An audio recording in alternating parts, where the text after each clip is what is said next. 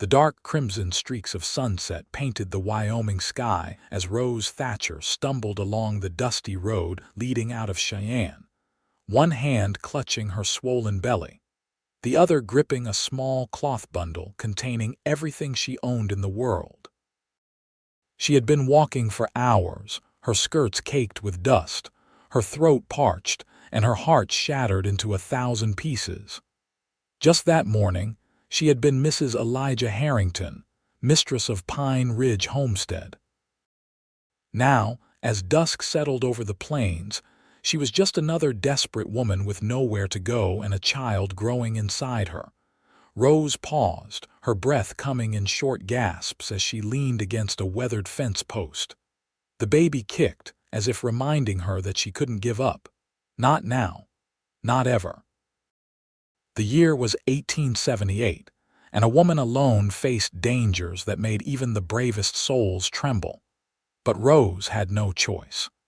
When Elijah's brothers had discovered their patriarch's will left everything to his young widow rather than to them, they had wasted no time.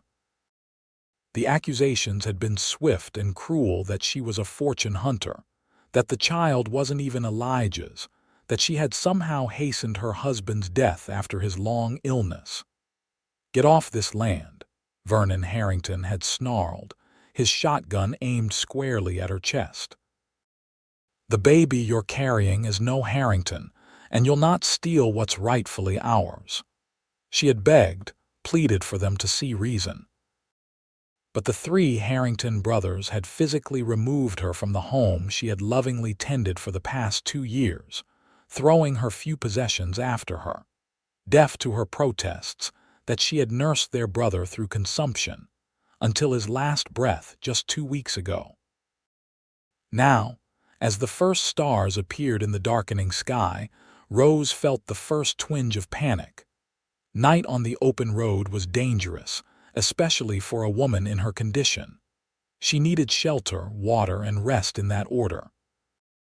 The nearest town was miles away, and she knew she couldn't make it before full dark. The sound of wagon wheels and hoofbeats made her heart leap with both hope and fear. Travelers could be saviors or worse threats than the wilderness itself. Rose straightened her back and moved to the side of the road, one hand protectively covering her belly as she peered into the gathering dusk.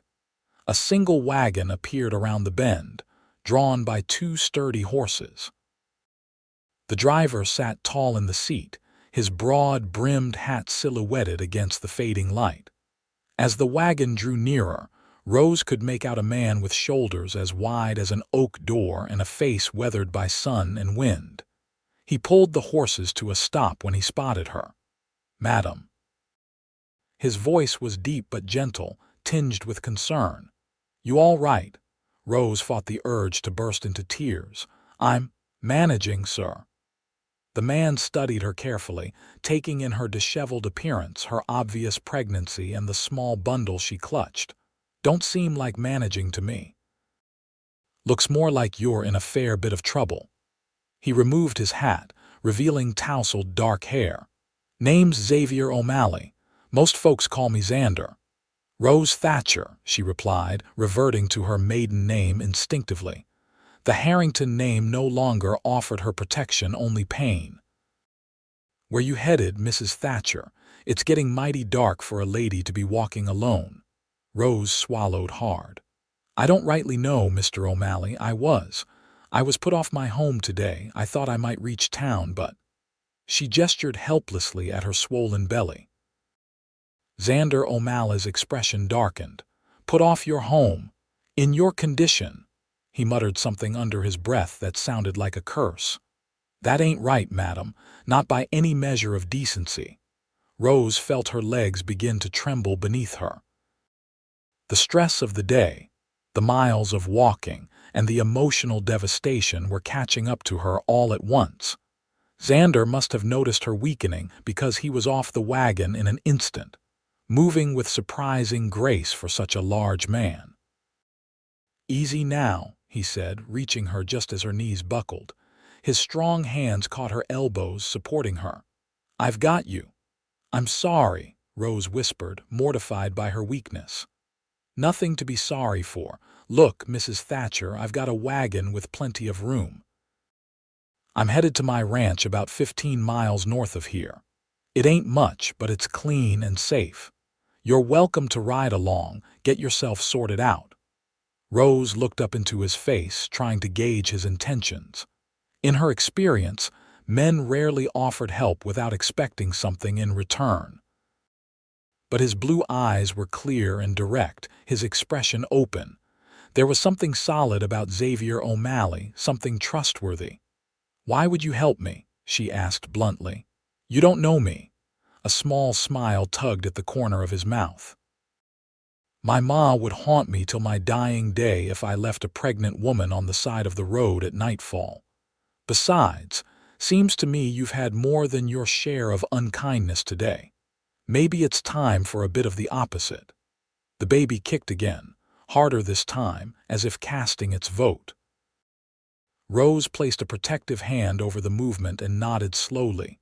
"Thank you, Mr. O'Malley. I accept your offer." "Good." He nodded decisively. "Can you climb up, or do you need a hand? I can manage." But when Rose tried to hoist herself onto the high wagon seat, her strength failed her. Without a word, Xander placed his hands on her waist and lifted her as if she weighed nothing at all, settling her gently on the seat before retrieving her bundle. As he climbed up beside her and took the reins, Rose felt the first tears begin to fall. She had lost everything today: her husband, her home, her security. Yet here was this stranger, offering kindness when she needed it most. "I promise I won't be a burden," she said, wiping hastily at her cheeks. "Once we reach town tomorrow, I'll find work. I can cook and clean, and I'm skilled with a needle." Xander clicked to the horses and set them moving before responding. "No need to worry about that tonight, Mrs. Thatcher. First things first, let's get you somewhere safe with a warm meal and a proper bed. Tomorrow will take care of itself." As the wagon rumbled forward into the gathering darkness, Rose found herself studying the profile of her rescuer. Xavier O'Malley was not what anyone would call handsome in the conventional sense. His nose had clearly been broken at least once, and a thin scar ran along his jawline. But there was a steadiness to him that felt like an anchor in her storm-tossed world. "If you don't mind my asking," he said after they had traveled a while in companionable silence, "what happened today? Who puts a woman in your condition off her property?" Rose hesitated. Her story was not one she was proud to tell, not because of any wrongdoing on her part, but because it revealed how thoroughly she had been deceived by those she should have been able to trust. "My husband died 2 weeks ago," she finally said, her voice barely audible over the creak of the wagon wheels. "Elijah Harrington. We had the Pine Ridge Homestead south of Cheyenne." Xander's hands tightened on the reins. "I've heard of the place. Good water, decent grazing." "Yes," Rose nodded. "Elijah worked hard to build it up. When consumption took him, he left everything to me and the baby. At least, that's what he told me. But his brothers, they claimed I had tricked him, that the child isn't his. This morning, they showed up with papers I'd never seen, and the sheriff's deputy said I had no rights to the property. And the deputy just went along with this." Xander's voice held a dangerous edge. "Vernon Harrington's wife is the deputy's sister," Rose explained bitterly. "They gave me an hour to gather my things. I took what I could carry." Xander made that sound again, half curse, half growl. "The law in these parts has a funny way of bending toward those with the right connections." "I have nowhere to go," Rose admitted, the words catching in her throat. "No family, no friends close enough to help. Elijah was all I had." "What about your folks?" "Dead. Father in the war, mother from influenza 5 years ago. I came west as a companion to an elderly lady. After she passed, I took work as a housekeeper at the Harrington place. Elijah and we fell in love. His brothers never approved, called me an opportunist." The wagon hit a rut and Rose winced as the jolt sent pain through her lower back. Xander immediately slowed the team. "Sorry about that," he said. "Road gets rough here. How far along are you?" 7 months, give or take. Rose rubbed her belly soothingly. "The baby's strong, always moving." Xander nodded, his expression softening. "My sister has 5 little ones. Says the active ones in the womb are the ones who come out running." The casual mention of his family reassured Rose. A man who spoke easily of his sister and her children was unlikely to harbor ill intentions toward a pregnant woman. As they traveled, the moon rose, casting silvery light across the rolling landscape. Despite her exhaustion, Rose found herself relaxing slightly. The rhythmic motion of the wagon, the quiet strength of the man beside her, the knowledge that she was no longer alone, all of it combined to ease the tight knot of fear in her chest. "We're about halfway there," Xander said, breaking the companionable silence that had fallen between them. "How are you holding up?" "Better, thank you." She offered him a small, tentative smile. "I'm grateful for your kindness, Mr. O'Malley." "Xander," he corrected. "Mr. O'Malley was my father, and he was a mean old cuss who nobody missed when he passed." Rose blinked, surprised by his bluntness. "I'm sorry. Don't be. He made his choices." Xander shrugged. "Taught me a lot about the kind of man I didn't want to be." There was a story there, Rose realized, but she didn't press. Everyone had their wounds, their secrets. She of all people understood the need for privacy. "My ranch isn't much to look at," Xander continued. "Started it from scratch 3 years ago, but the house is solid, and I've got a spare room that doesn't get much use except when my sister's family visits from Denver." "You live alone?" Rose asked, then immediately regretted the question. It wasn't proper to inquire about a bachelor's living arrangements. If Xander noticed her impropriety, he didn't show it. "Just me and about 60 head of cattle, and my dog, Ranger. He's a good judge of character, so if he takes to you, you're welcome to stay until you figure things out." The generosity of his offer stunned her. "I couldn't impose, it's no imposition," he cut in. "Like I said, the room sits empty most of the time. And seems to me you could use a safe place to land while you decide your next move." Rose felt tears threatening again. In one horrible day, she had experienced both the worst and best of humanity. "Why are you being so kind to me?" Xander was quiet for a long moment, his gaze fixed on the road ahead. When he finally spoke, his voice was low and introspective. "When I came out west, I was running from some bad choices. Had nothing but the clothes on my back and a desperate need to start over. An old rancher named Thomas gave me work when no one else would. Fed me, taught me the cattle business, eventually helped me get my own spread. Never asked for anything in return, except that I remember there's always someone who needs a hand up." He glanced at her, his expression earnest in the moonlight. "I'm just paying forward what was given to me, Mrs. Thatcher." "Rose," she said softly. "Please call me Rose." A small smile curved his mouth. "Rose it is." The wagon crested a gentle rise and Xander pointed ahead. "That's my place, down in that little valley." Rose peered through the darkness. In the silvery moonlight, she could make out the outline of a modest cabin with a barn and corral beside it. A tendril of smoke rose from the chimney, suggesting that someone was there. "My neighbor checks on things when I'm away," Xander explained, noticing her questioning look. "Old Henry Peterson. Cantankerous as they come, but reliable." As they drew closer, Rose could see that while Xander's description of his home as not much to look at was accurate in terms of size, it was well maintained. The cabin was small but sturdy, with a covered porch across the front. The barn looked relatively new, and even in the darkness, she could tell the corral fencing was in good repair. Before they reached the yard, a large dog came bounding out, barking excitedly. Xander gave a short whistle, and the animal immediately quieted, though it continued to race alongside the wagon, tail wagging furiously. "That's Ranger," Xander said with obvious affection. "He won't hurt you, but he might love you to death if you let him." Rose had always been fond of dogs. "He's beautiful. What kind is he?" "Not rightly sure. Found him as a pup after his mother was killed by wolves. He's part shepherd, I think, maybe some wolfhound." Xander guided the wagon into the yard and set the brake. "Wait here a moment. Let me get him settled before you climb down." He jumped from the wagon with that same surprising agility and greeted the dog, who was nearly beside himself with joy at his master's return. After a moment of enthusiastic reunion, Xander gave another command, and Ranger sat obediently, watching the wagon with intelligent eyes. "All right," Xander said, turning back to Rose.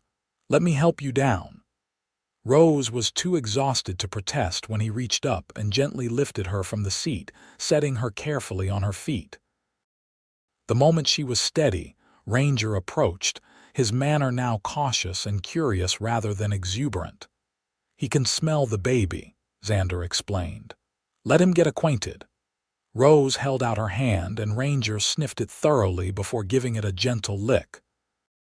Then, to her surprise, he moved closer and pressed his nose against her rounded belly. The baby chose that moment to kick, and the dog's ears perked up, his tail wagging slowly. Xander laughed. "Well, that settles it. If Ranger approves of both you and the little one, you're definitely staying." At that moment, the cabin door opened and an elderly man stepped out onto the porch, a shotgun held loosely in his hands. "That you, O'Malley?" he called, his voice gruff. "It's me, Henry. Put that scattergun away before you scare my guest." The old man squinted into the darkness. "Guest? Since when do you bring company?" "Since today," Xander replied evenly. "Mrs. Thatcher here needs a place to stay for a while." Henry shuffled forward, peering at Rose with undisguised curiosity. His weathered face registered surprise when he noted her condition. "Well, now, that's a different story." He touched the brim of his hat.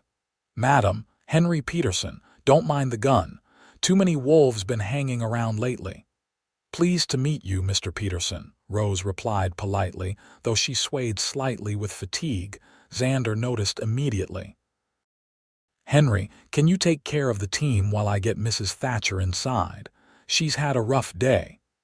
The old man nodded, already moving toward the horses. "Got some stew on the stove. Made enough for 2, but it'll stretch to 3. Much obliged." Xander guided Rose toward the cabin, one hand at her elbow. Even through her exhaustion, she noted the simple cleanliness of the place as they entered. A central room served as both kitchen and living area, with a solid table, a few chairs, and a comfortable-looking armchair near the stone fireplace. A pot of something savory smelling hung over the fire, making Rose's stomach growl audibly. She hadn't eaten since morning.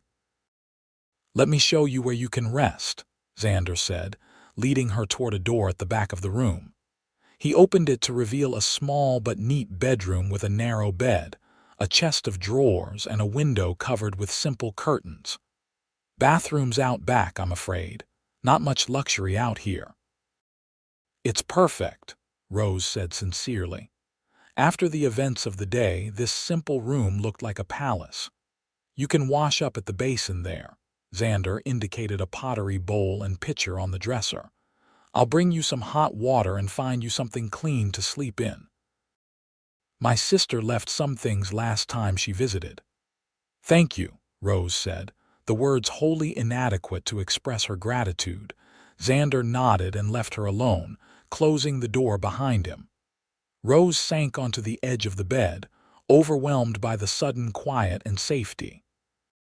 For the first time since being thrown from her home that morning, she allowed herself to truly feel the grief, the fear, the rage, the relief. Silent tears coursed down her cheeks as she placed both hands on her belly. "We're safe for tonight, little one," she whispered. "And tomorrow. Tomorrow we'll figure out what comes next." A soft knock at the door roused her from her thoughts.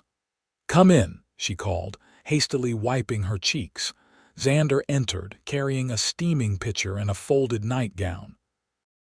He set both on the dresser, keeping his eyes carefully averted from her tear-stained face. "Thought you might want to eat in here," he said. "Get some rest right after. I'll bring you a tray." "That's very kind, but I'd rather join you and Mr. Peterson," Rose replied.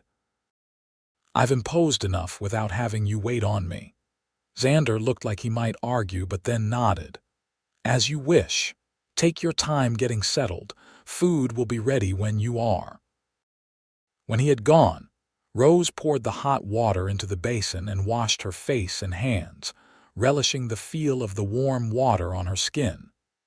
She changed into the borrowed nightgown, which was clearly made for someone who wasn't carrying a child, but it was clean and soft with use.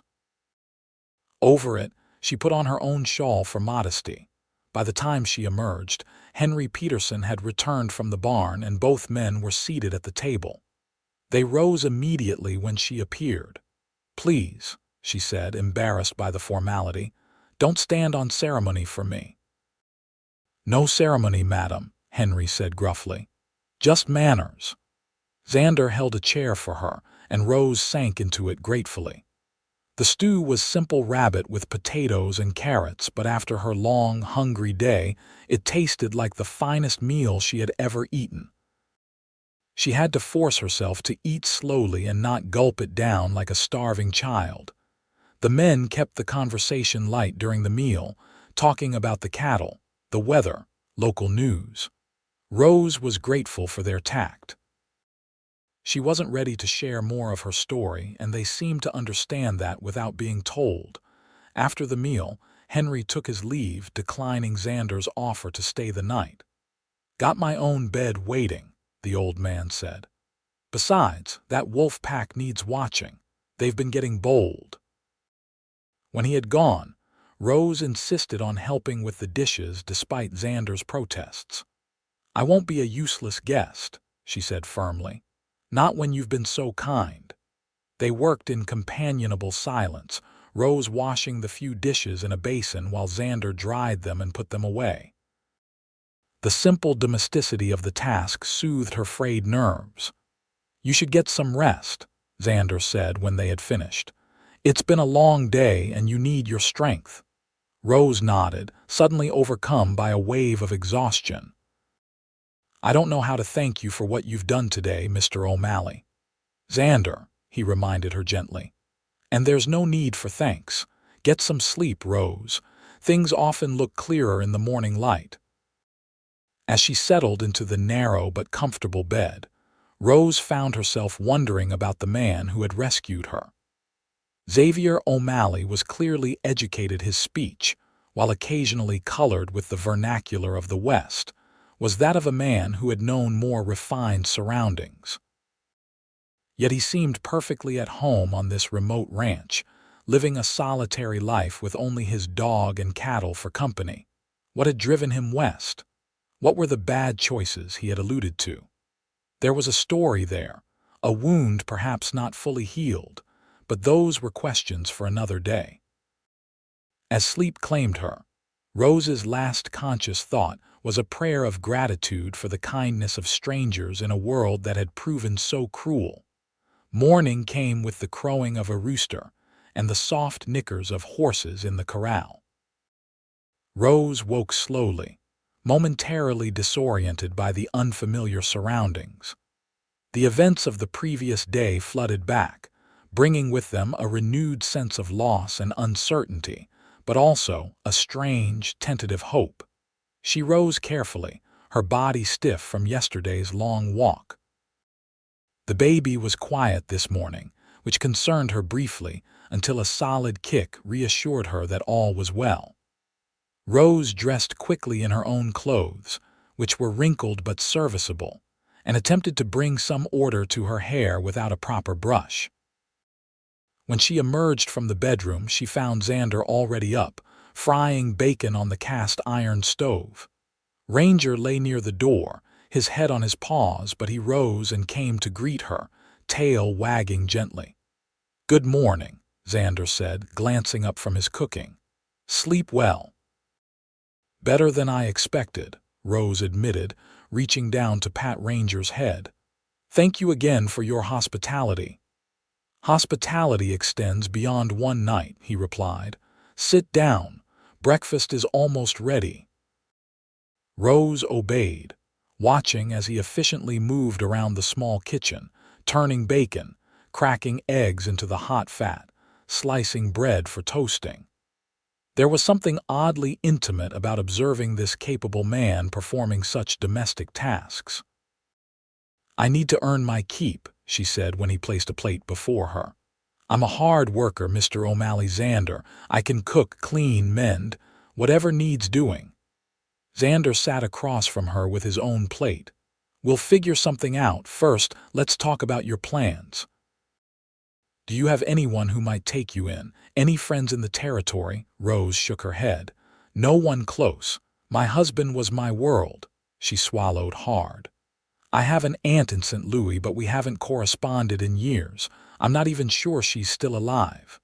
"What about the baby's birth?" "You'll need a doctor or at least a midwife." "There's a midwife in Cheyenne, Mrs. Holbrook. She attended my friend Sarah's birthing last year." Rose's voice faltered. "But I have no money to pay her and nowhere to stay in town." Xander was quiet for a moment, chewing thoughtfully. "The way I see it, you have a few options. I know the station master's wife in Cheyenne is always looking for help with her boarding house. Or there's the mercantile old man Jenkins lost his wife last winter and needs someone to keep the books and tend the store." Rose felt a flutter of hope. "You think they'd hire a pregnant widow? It's worth asking, but—" He hesitated, seeming to choose his words carefully. "There's another option. You could stay here at least until the baby comes. The ranch needs a woman's touch, and I could use the help with cooking and such. I'd pay you fair wages, and you'd have a safe place for your child to be born." Rose stared at him, stunned by the offer. "You'd do that for a complete stranger?" Xander met her gaze steadily. "You're not exactly a stranger anymore, and yes, I would, but only if it sits right with you. I understand it might not seem proper, but I give you my word as a gentleman that you'd be treated with nothing but respect under my roof." The sincerity in his blue eyes was unmistakable. Still, Rose hesitated. A single woman living under the same roof as an unmarried man would certainly raise eyebrows. Her reputation, already damaged by the Harringtons' accusations, would suffer further. "People would talk," she said quietly. "People always talk," Xander replied with a shrug. "But you'd be safe, and your child would have a roof over its head. Seems to me that matters more than gossip." Rose considered his words. What were her alternatives? To throw herself on the mercy of strangers in town, to beg for work that might not accommodate her condition. At least here she knew she would be treated with kindness. "What if I stay only until I find more suitable arrangements?" she suggested. "I could still help around the ranch, earn my keep." Xander nodded. "That seems fair. And if you decide to move on before the baby comes, I'll help you get established somewhere else." "Thank you," Rose said, relief washing through her. "I promise I won't be a burden." "I never thought you would be." He rose, gathering their empty plates. "Now, if you're feeling up to it, I could use some help with inventory in the barn. Need to order supplies before winter sets in." Rose spent the morning in the barn with Xander, counting sacks of feed, checking tools, and making a list of necessities for the coming cold months. The work was satisfying in its simplicity, and she found herself enjoying Xander's company. He was knowledgeable about ranching but never condescending, explaining things she didn't understand without making her feel ignorant. At midday, They returned to the cabin for a simple lunch of cold ham and bread. As they ate, Rose found herself studying her host more closely. In the daylight, she could see that he was younger than she had initially thought, perhaps 30 or 32, not much older than her own 26 years. His hair was dark brown with a hint of copper when the sun caught it, and his eyes were the clear blue of a summer sky. The scar along his jaw, she noticed, continued down his neck, disappearing beneath his collar, evidence of some past violence that made her wonder again about his history. "You're staring," Xander observed, his tone mild but amused. Rose flushed, embarrassed to be caught. "I'm sorry, I was just wondering about you." "Wondering what?" "How you came to be here. You mentioned running from bad choices." A shadow crossed his face. "That's a long story and not a particularly pleasant one." "I understand if you'd rather not share it," Rose said quickly. "It's not my place to pry." Xander was quiet for a moment, his gaze fixed on some middle distance. "No, it's fair to ask. You're staying in my home, trusting me with your safety. You deserve to know who I am." He took a deep breath. "I was born in Boston to a wealthy family. My father made his fortune in shipping, but he was a hard man, violent when drunk, which was often. My mother died when I was 15, and after that, things got worse. I left home at 17, worked my way through college by taking odd jobs, became a lawyer." Rose couldn't hide her surprise. "A lawyer? But how did you end up here as a rancher?" "I'm getting to that part." A wry smile touched his lips. "I practiced law in Chicago for several years, was engaged to be married to the daughter of my firm's senior partner, had everything planned out, the perfect life, or so I thought." His expression darkened. "Then I discovered that my firm was involved in some questionable dealings, helping wealthy clients defraud investors, manipulating land claims to push poor farmers off their property.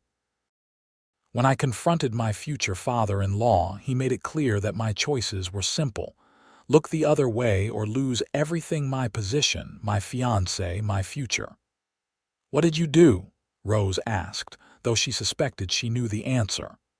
"I couldn't be part of it," Xander said simply. "I resigned from the firm, publicly exposing what they had done. My fiancée sided with her father, of course. I was blacklisted from every law firm in the city. Then came the threats, not just against me, but against my sister and her family."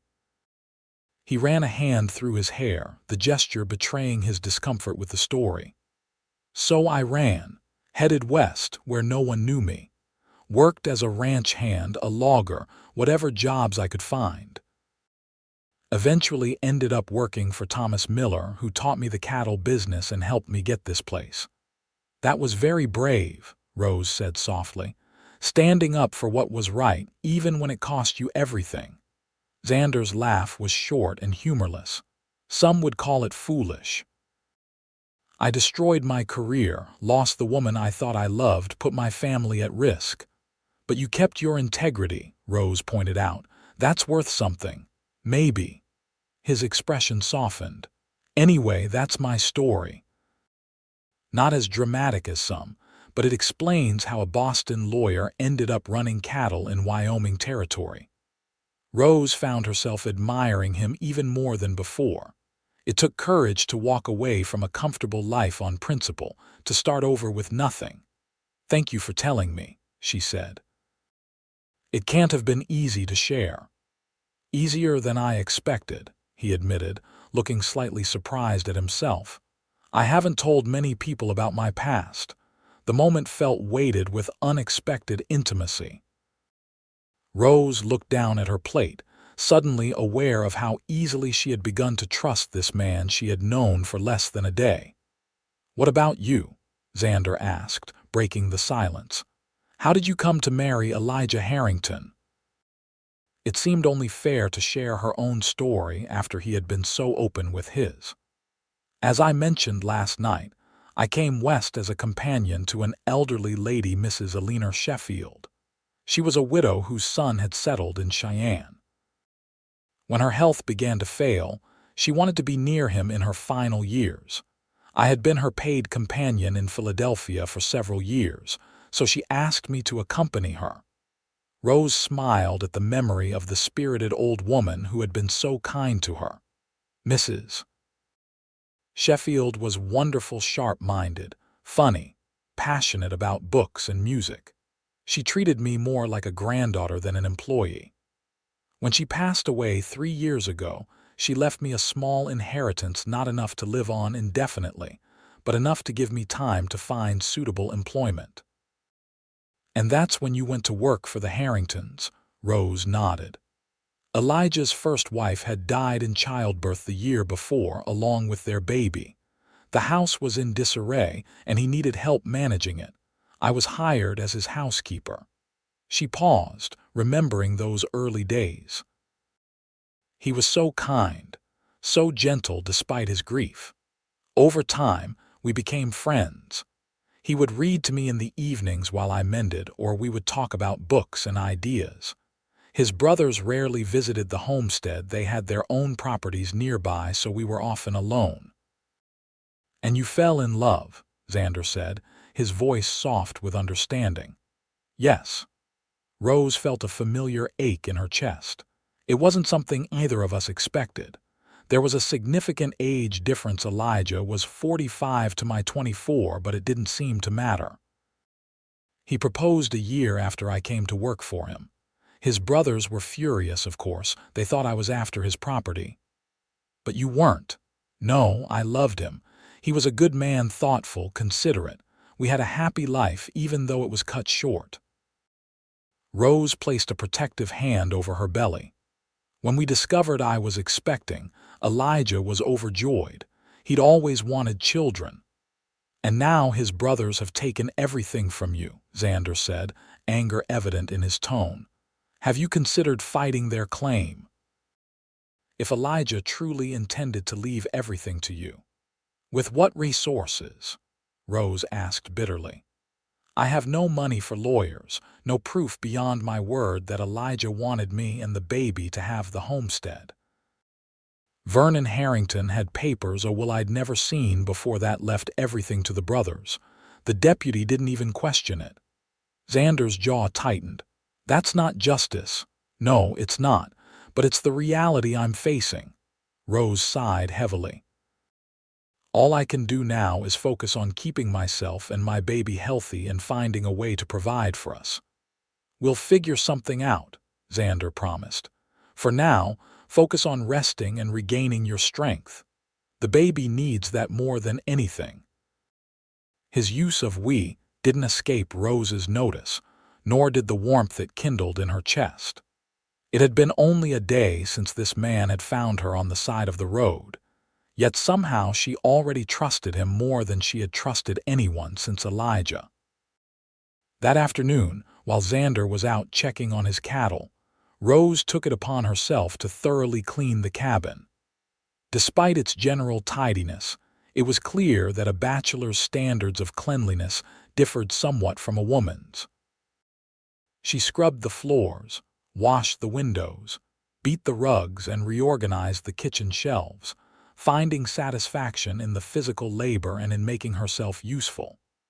When Xander returned late in the afternoon, he stopped short in the doorway, staring at the transformed space. "What happened in here?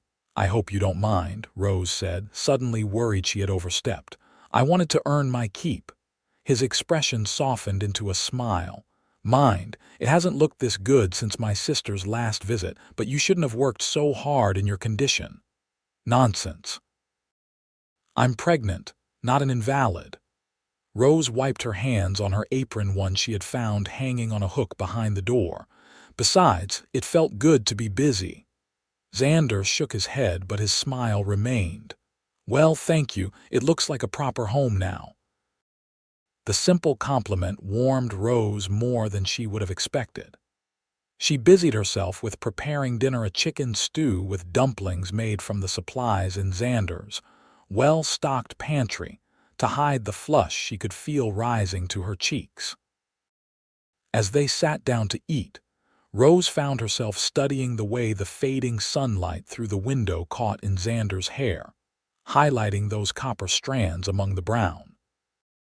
There was something compelling about him, not just his physical presence, which was undeniably powerful, but the quiet integrity that seemed to form the core of his character. She pushed the thought away. It was far too soon after Elijah's death to be noticing another man in that way. Besides, Xander had offered her shelter out of kindness, not interest. The last thing she wanted was to complicate their arrangement with inappropriate feelings. "This is delicious," Xander said, breaking into her thoughts. "Best meal I've had in months, thank you. It's just a simple stew." "Simple or not, it's a vast improvement over my cooking." He took another bite, closing his eyes briefly in appreciation. "If you keep feeding me like this, I might never let you leave." The words were spoken lightly, clearly meant as a joke, but they sent an unexpected thrill through Rose. She covered her confusion by serving him another helping of stew. "I was thinking," Xander said after a moment, "we should ride into town tomorrow, get you some proper supplies, clothes, toiletries, whatever you need for the baby. My sister left some things, but you'll want your own." "I don't have money for such things," Rose reminded him.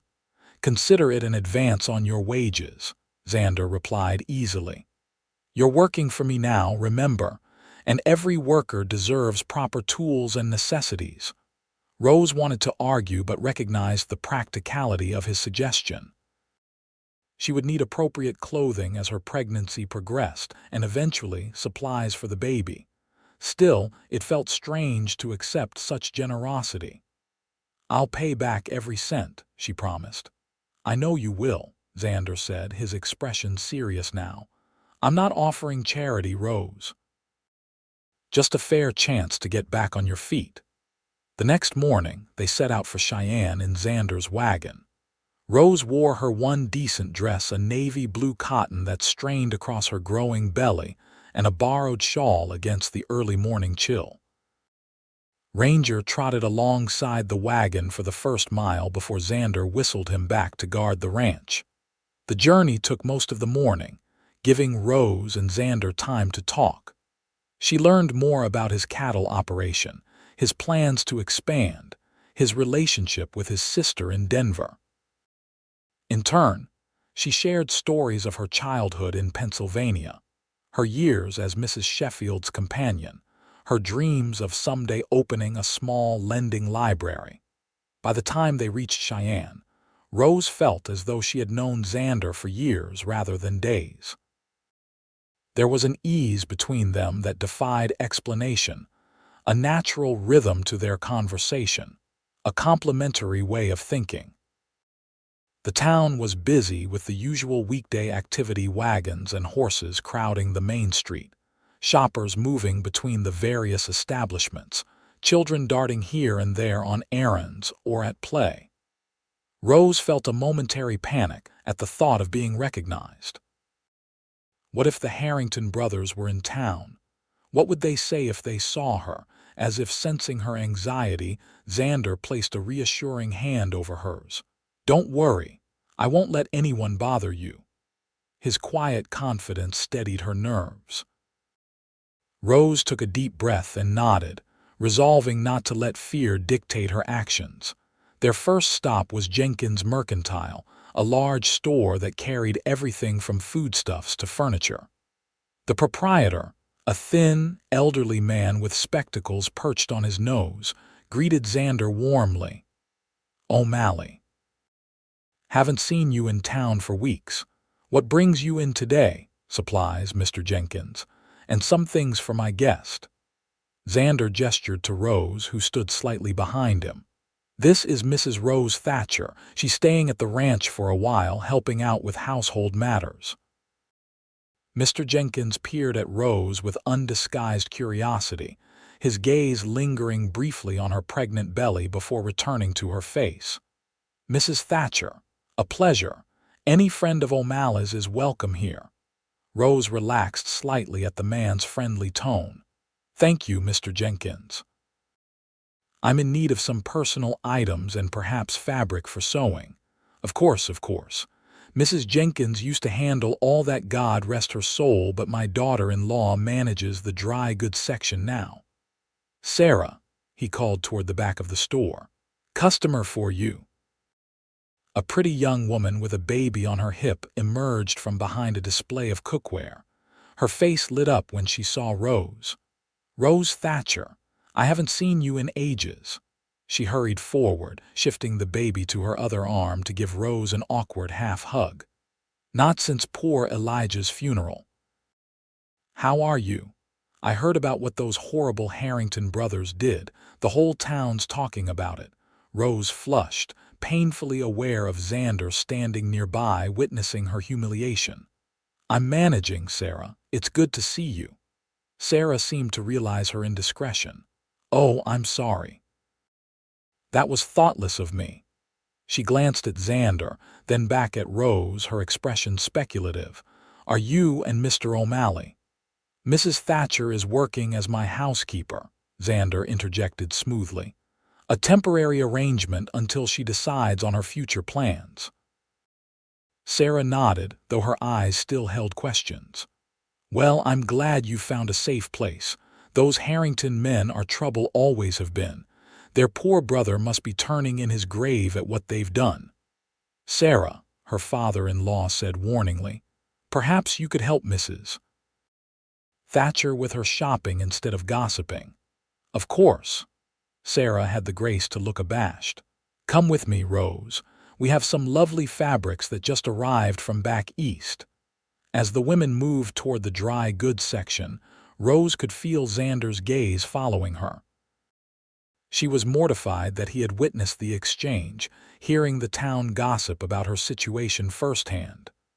"Don't mind Sarah," the shopkeeper's daughter-in-law said once they were out of earshot. "She means well, but she's never learned when to hold her tongue."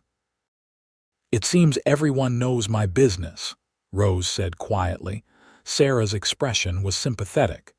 "It's a small town.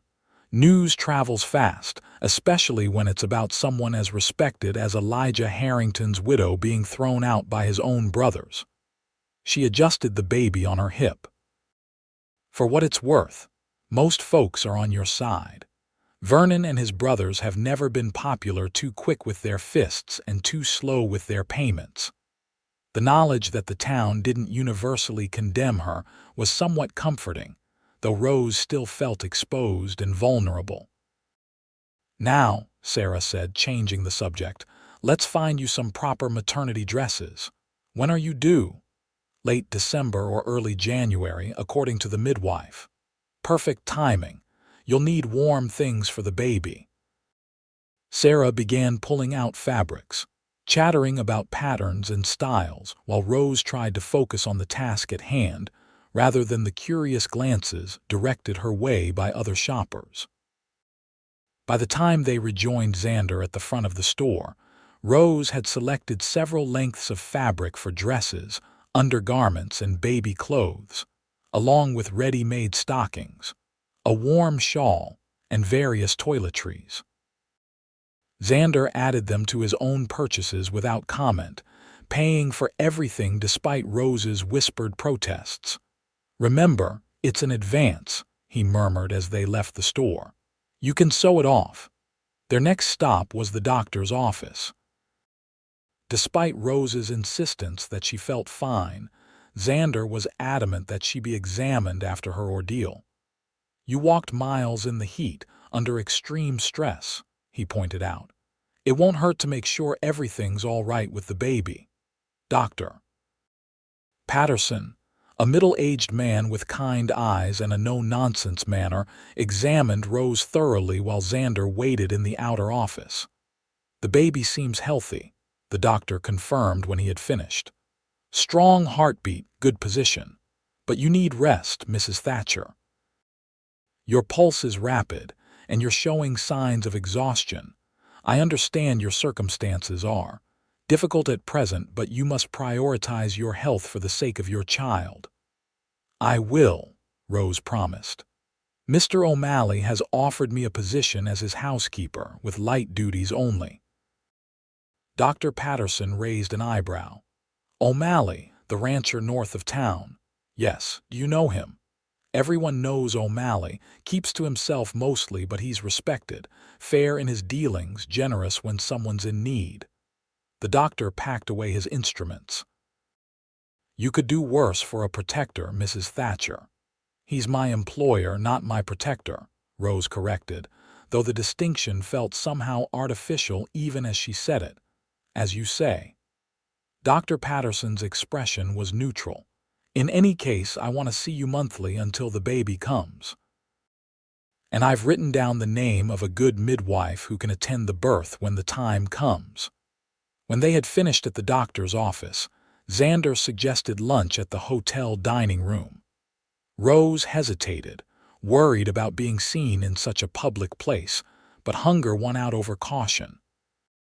Besides, after the encounter with Sarah Jenkins, she knew her situation was already common knowledge. The hotel dining room was busy with the midday crowd, traveling salesmen, local businessmen, a few well-dressed women who were clearly the wives of important citizens. Rose felt painfully conscious of her simple dress and obvious pregnancy as Xander led her to a table near the window. They had just been served their food when a deep voice interrupted them.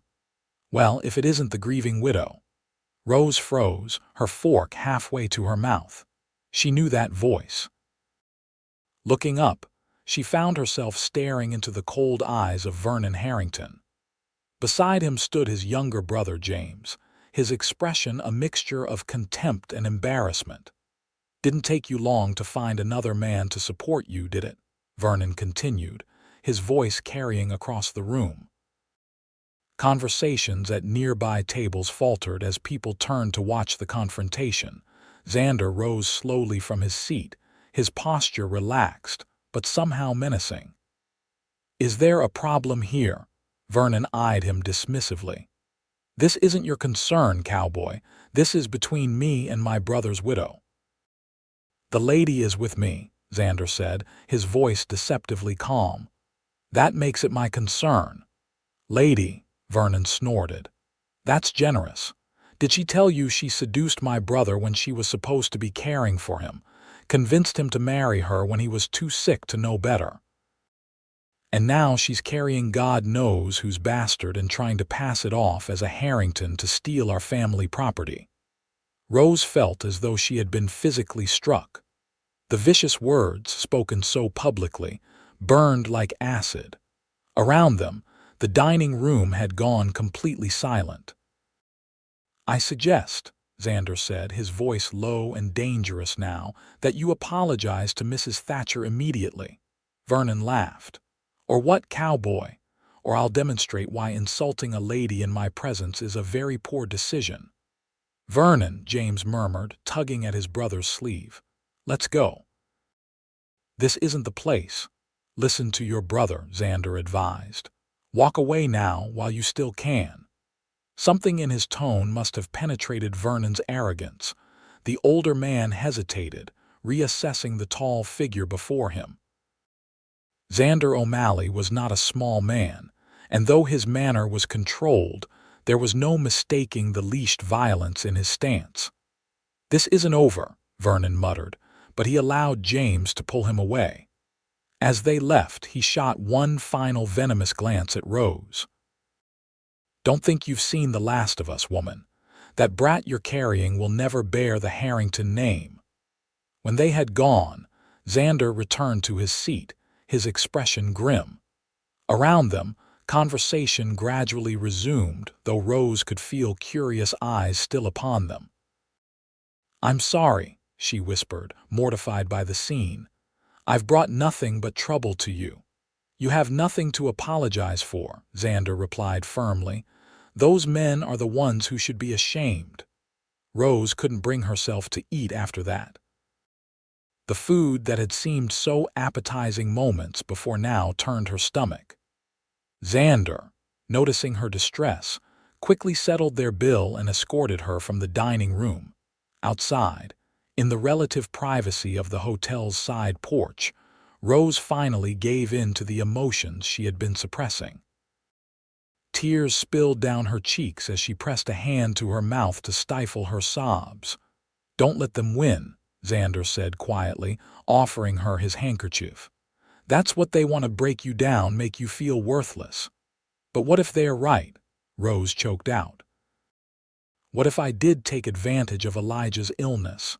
I was his employee after all. Perhaps I should never have—" "Stop," Xander interrupted. "Did you love your husband?"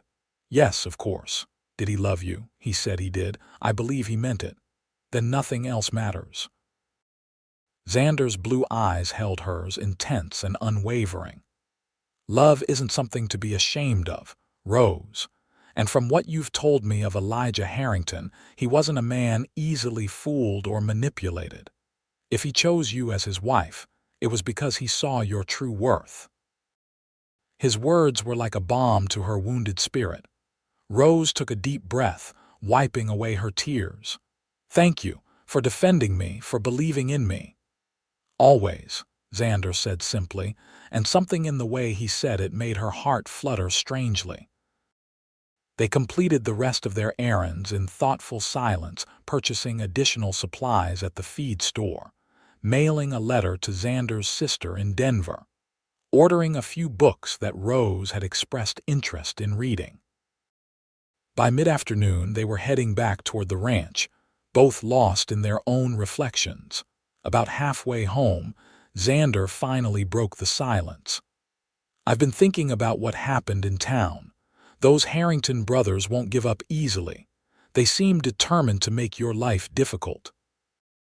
"I know," Rose sighed. "I just don't understand why. The homestead is valuable, but it's not as though they need it. Both Vernon and James have successful ranches of their own. Some men can't stand the idea of a woman possessing what they believe should be theirs," Xander said grimly. "Especially if that woman was once in their employ. It offends their sense of proper order." "What should I do? I can't fight them, not legally, not without money and evidence, and I can't hide forever." Xander was silent for a long moment, his gaze fixed on the horizon. When he finally spoke, his voice was hesitant, as if he was choosing his words with great care. "There might be a way to protect you and the baby, though it's unconventional." "What do you mean?" He took a deep breath. "Marriage." Rose stared at him, certain she had misheard. "I beg your pardon. As a married woman married to me, you'd have legal protection that you currently lack. Your child would have a name, a home, security." Xander spoke rapidly now, as if afraid she would interrupt. "It would be a marriage of convenience, of course. I wouldn't expect. That is, there would be no obligation beyond the legal arrangement." Rose felt as though the world had suddenly tilted beneath her. "You're proposing marriage, to me, a pregnant widow you've known for 2 days." "When you put it that way, it does sound rather impulsive," Xander admitted, a faint smile tugging at his lips. "But consider the practical aspects. You need security for yourself and your child. I need a housekeeper. The arrangement would benefit us both." "And what happens when I no longer wish to be your housekeeper? Or when you meet a woman you actually want to marry?" Xander shrugged. "We could always dissolve the arrangement when it no longer serves either of us. Divorces are possible, though complicated." Rose shook her head, trying to make sense of his suggestion. It was madness, of course. One didn't marry a virtual stranger for convenience. And yet, she couldn't deny the practical benefits. As Xander's wife, she would have legal standing. Her child would have a father, at least in name. She would be safe from the Harringtons' machinations. "I need time to think," she finally said. "This is a lot to consider." "Of course." Xander nodded, his expression unreadable. "Take all the time you need. The offer stands whenever or if ever you decide to accept it." They completed the journey in silence, each lost in their own thoughts. By the time they reached the ranch, the sun was beginning to set, painting the landscape in shades of gold and amber. Xander helped Rose down from the wagon, his hands strong and steady at her waist. "Thank you for today," she said, suddenly shy, "for everything." "You don't need to thank me," he replied quietly. "Not ever." That night, after a simple supper, Rose sat on the edge of her bed, contemplating Xander's proposal. It was absurd on its face, a marriage of convenience, arranged after mere days of acquaintance. And yet, there was a certain logical appeal to it. What were her alternatives? To remain Xander's unmarried housekeeper, subject to gossip and speculation. To seek employment elsewhere, where her pregnancy might be seen as a liability rather than simply a fact. To throw herself on the mercy of distant relatives, who might or might not welcome a widowed, pregnant niece. None of those options offered the security that Xander's proposal did. As his wife, she would have legal protection, a home for her child, a respectable position in society.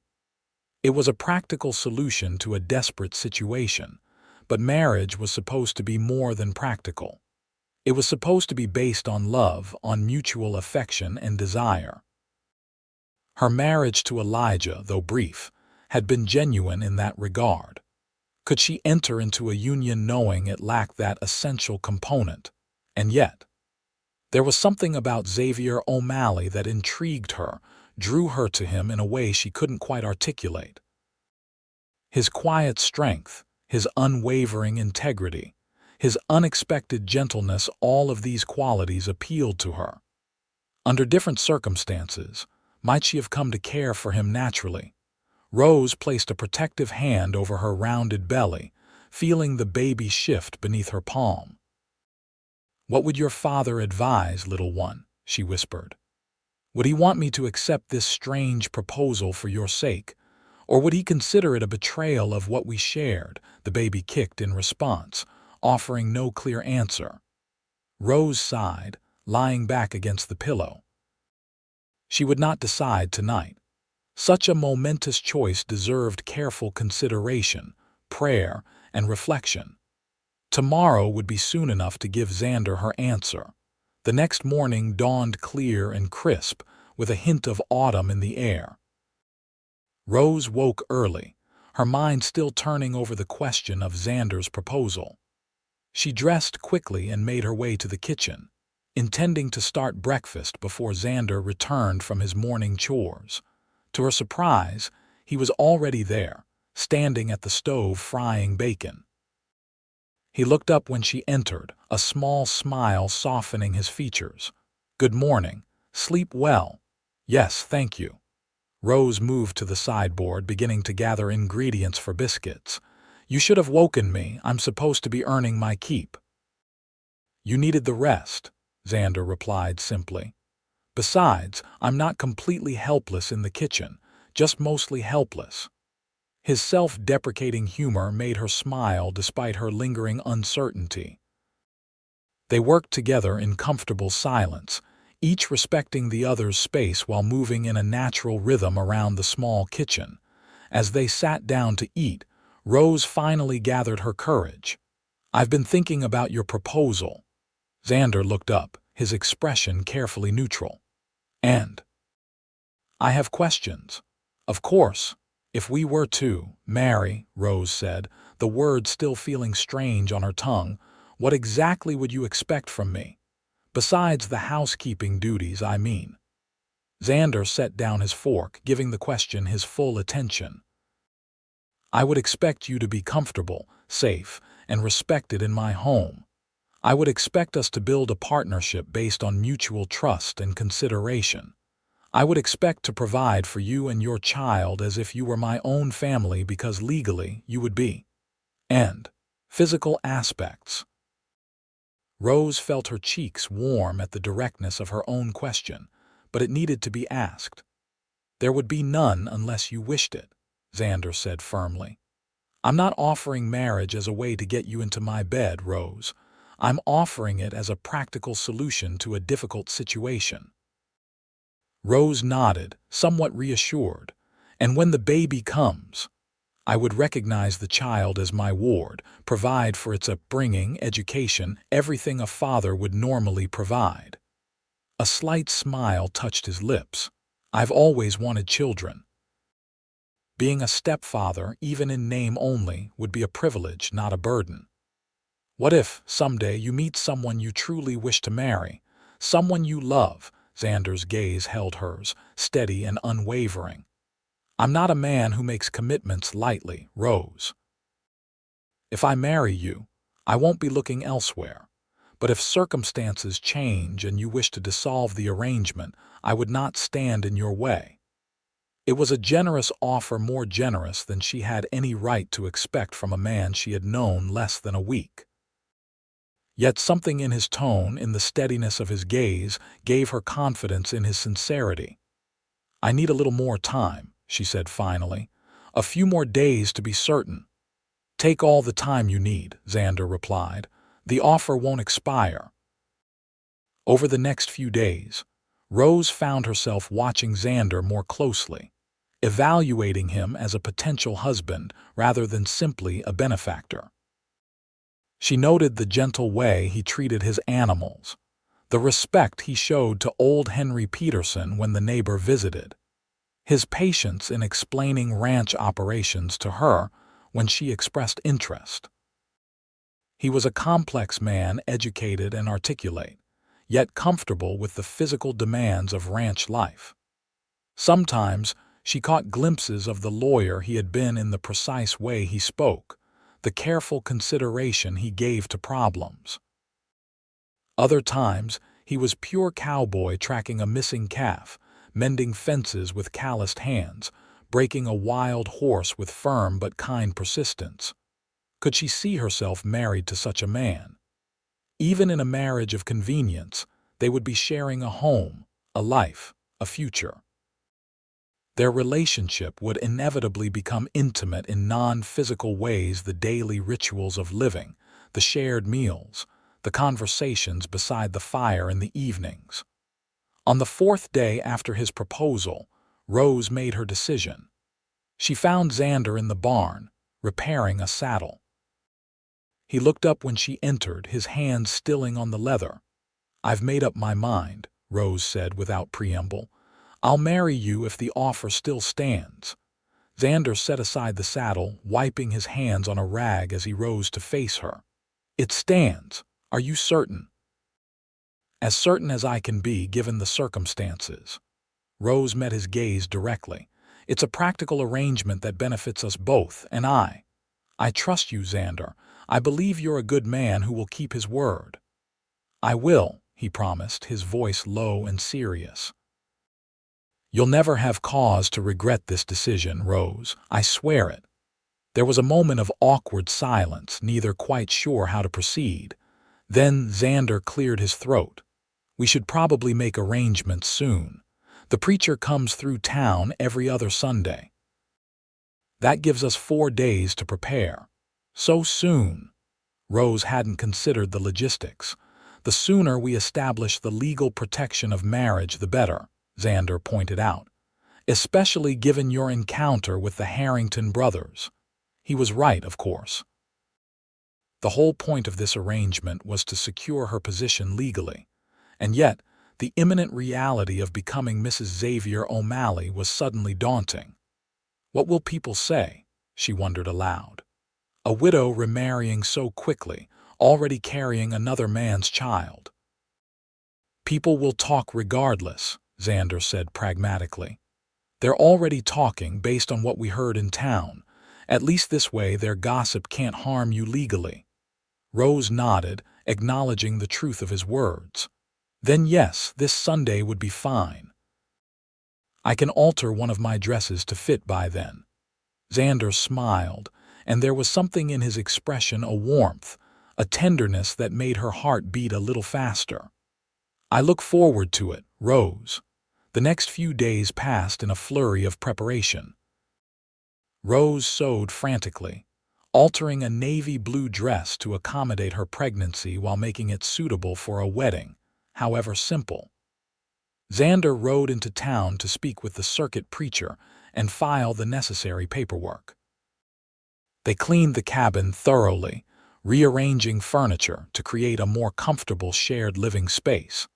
They did not discuss sleeping arrangements, though Rose noticed Xander building a new bed frame in the barn larger than her narrow single bed, but clearly intended for one person. She wondered if he was planning to take the small bedroom and give her the larger one, or if he intended to sleep in the main room by the fire. Either way, it was clear he meant to honor his promise that theirs would be a marriage in name only. On Sunday morning, Rose dressed carefully in her altered navy dress, arranging her hair in a simple but elegant style. She had no flowers, no veil, none of the traditional accoutrements of a bride. But she had clean clothes, a roof over her head, and a man waiting to make her his wife, at least in the eyes of the law. It was more than she had dared hope for a week ago. Xander, too, had made an effort. His usual work clothes had been replaced by a clean black suit that, while slightly dated in style, fit his broad shoulders well. He had trimmed his beard and slicked back his hair, and there was a hint of nervousness in his manner that Rose found unexpectedly endearing. "You look beautiful," he said when she emerged from the bedroom. "Thank you." Rose smoothed her skirt self-consciously. "You look very handsome yourself." The ceremony itself was brief and simple. The preacher, a round, jovial man named Reverend Thompson, arrived mid-morning. If he found anything unusual in this hasty marriage between a pregnant widow and a bachelor rancher, he kept it to himself. Old Henry Peterson and his adult daughter served as witnesses, the latter sniffling sentimentally throughout the short service. "Do you, Xavier James O'Malley, take this woman to be your lawfully wedded wife?" the Reverend intoned. "I do," Xander replied, his voice steady and sure. "And do you, Rose Elizabeth Thatcher, take this man to be your lawfully wedded husband?" Rose hesitated for just a moment, the enormity of the step she was taking suddenly overwhelming. Then she felt Xander's hand, warm and strong around hers, and found her voice. "I do. Then, by the authority vested in me, I now pronounce you husband and wife." The Reverend beamed at them. "You may kiss your bride, Mr. O'Malley." This was a moment they hadn't discussed. Rose felt a flutter of nervous anticipation as Xander turned to face her. Would he simply shake her hand, offer a chaste peck on the cheek? Instead, he leaned down and pressed his lips gently to hers in a kiss that was brief but undeniably tender. It was over almost before it began, but it left Rose with a strange warmth spreading through her chest. "Congratulations," Henry's daughter exclaimed, rushing forward to embrace Rose. "Such a lovely ceremony." As the small group shared the wedding dinner Rose had prepared the day before, she found herself watching her new husband covertly. Xander was smiling, chatting easily with the Reverend about cattle prices and the coming winter, but there was a certain tension in his shoulders, a carefulness in his movements when he was near her. This was awkward for him too, she realized. He had made an impulsive offer out of kindness and a sense of justice, and now he was legally bound to a woman he barely knew, responsible for her welfare and that of her unborn child. It couldn't be what he had envisioned for himself when he began building his ranch. By late afternoon, the guests had departed, leaving the newly married couple alone in the quiet cabin. Rose busied herself with cleaning up after the meal, acutely conscious of Xander moving around the main room, adding wood to the fire, adjusting a chair, all the while maintaining a careful distance from her. "So," he finally said, breaking the strained silence, "we're married." "Yes," Rose agreed, drying her hands on a towel. "We are you? Comfortable with the arrangements?" Xander gestured vaguely toward the bedrooms. "I've moved my things to the main room. The master bedroom is yours. I'll sleep out here by the fire." Rose felt a wave of relief, followed immediately by an unexpected twinge of Disappointment? Surely not. This was exactly what they had agreed upon, a marriage of convenience, nothing more. That seems sensible, she said, keeping her tone neutral. Though I hate to put you out of your own room. It's your room now, Xander corrected gently. Our arrangement doesn't change the fact that you deserve privacy and comfort. Thank you. Rose twisted the towel in her hands, suddenly unsure how to navigate this new relationship. Were they still employer and employee, friends, or something else entirely? Xander seemed to sense her confusion. Nothing has to change, Rose. Not yet, anyway. We'll find our way day by day. The important thing is that you and the baby are safe now, legally protected. The rest can develop naturally or not at all. It's up to us. His understanding eased some of the tension in her shoulders. You're right. We have time to figure things out. That night, lying alone in what was now her bedroom, Rose placed a hand on her rounded belly and whispered to her unborn child. Well, little one, it seems you'll have a father after all. Not the one we expected, but perhaps the one we need. The baby kicked vigorously, as if in agreement. The first weeks of marriage settled into a surprisingly comfortable routine. Rose continued her household duties, though Xander insisted she rest more frequently as her pregnancy advanced. He taught her about the ranch operations, explaining his plans for expanding the herd, showing her the account books, treating her more like a partner than a housekeeper. In the evenings, they would sit before the fire, Rose sewing baby clothes, Xander reading aloud from one of his many books. Sometimes they talked for hours, sharing stories of their past lives, their hopes, their philosophies. Other evenings passed in companionable silence, each content in the other's presence. If there were moments when Rose found herself watching the firelight play across Xander's strong features, wondering what it might be like if theirs were a real marriage in all senses. Well, she kept those thoughts to herself. Their arrangement was working well enough as it was. There was no need to complicate matters with inappropriate feelings. A month after their wedding, they made another trip into town for supplies and a check-up with Dr. Patterson. Rose wore her wedding ring proudly now, no longer concerned about gossip or speculation. Let people think what they would, she was legally Mrs. Xavier O'Malley, and that afforded her a protection she had previously lacked. At Jenkins' Mercantile, Sarah greeted them with her usual exuberance, cooing over Rose's more prominent belly and asking detailed questions about the baby's movements. As Rose examined some soft flannel for nightgowns, she overheard Sarah speaking to Xander in a lowered voice. You know, the Harrington brothers have been asking questions about you and Rose, especially Vernon. He seems fixated on the idea that she somehow cheated him out of his inheritance. Let him ask, Xander replied, his tone unconcerned. Rose is my wife now. Whatever claim he thinks he has is irrelevant. Just be careful, Sarah warned. Vernon's got a nasty temper, especially when he's been drinking, and he's been drinking a lot lately. Rose felt a chill at the woman's words. She had hoped that her marriage would put an end to the Harringtons' hostility, but it seemed Vernon at least was still nursing his grievance. On the way home, she shared her concerns with Xander. What if they try something? Come to the ranch, or they won't get near you, Xander promised, his jaw set in a determined line. I won't let them. But you can't be with me every moment, Rose pointed out. You have the ranch to run, cattle to tend. Xander considered this, then nodded decisively. I'll teach you to shoot. Shoot. Rose blinked in surprise. A gun. You need to be able to protect yourself if I'm not around, Xander explained. Nothing complicated, just a simple revolver, enough to scare off trouble or defend yourself if necessary. The idea was both terrifying and oddly empowering.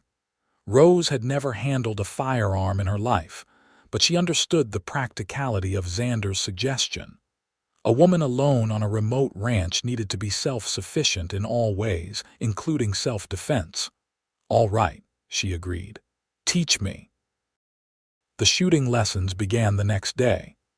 Xander was a patient teacher, explaining the mechanics of the revolver, demonstrating proper grip and stance, emphasizing safety above all else. Rose was a quick study, and though she found the weapon's recoil jarring, she soon became reasonably accurate at short distances.